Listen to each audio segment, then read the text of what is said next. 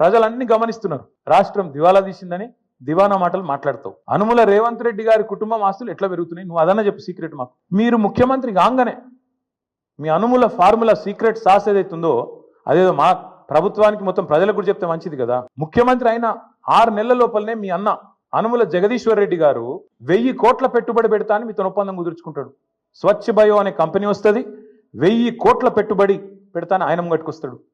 మీ అల్లుడు వెంకట నరసింహారెడ్డి అనుకుంటా ఆయన పేరు, ఇంకేదో ఉన్నది పేరు, ఆయన కొన్ని వేల కోట్లతోని ఫార్మా కంపెనీ పెడతా అని చెప్పి లగచర్లకు వస్తాడు. దానికోసం నువ్వు కొడంగల్లో రైతుల భూములు గుంజుకుంటావు. ఎక్కడికి వెళ్ళి వచ్చినాయి 1000 కోట్లు మీ అన్నకు మీ అల్లుడికి? మీ అల్లుడు వారి తండ్రి మీ వియ్యంకుడు మొత్తంగా అప్పుల్లో ఉండే కంపెనీ మొత్తం అప్పు రైట్ ఆఫ్ అయిపోయింది. మీరు అధికారంలోకి రాగానే మీ వియ్యంకుడి కంపెనీ యొక్క అప్పులన్నీ రైట్ ఆఫ్ అయిపోయినాయి కేంద్ర ప్రభుత్వం దయతోని. మీ జూబ్లీ హిల్స్ ప్యాలెస్ ఏదైతే ఉన్నది ఇలా రేవంత్ రెడ్డి గారు ఎక్కడి నుంచి అయితే వర్క్ ఫ్రం హోమ్ చేస్తున్నాడో 3 ఇంతలు పెరిగింది.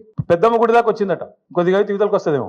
2000 ఎకరాలు కొన్నాడు 4th సిటీ దగ్గర. మొత్తం వెల్దండ నుంచి మొదలు పెడితే 4th సిటీ దాకా 2000 ఎకరాలు వీళ్ళ బినామీలు వీళ్ళ కుటుంబ ఆస్తులు పెరిగినాయి. నీ అల్లుడు ఆస్తి పెరుగుతుంది, నీ బామ్మర్ది ఆస్తి పెరుగుతుంది, నీ కొండలరెడ్డి ఆస్తి పెరుగుతుంది, తిరుపతి రెడ్డి ఆస్తి పెరుగుతుంది, నీ వియంకున అప్పులు రైట్ ఆఫ్ అవుతాయి, నీ ఇల్లు 3 ఇంతలు పెరుగుతుంది.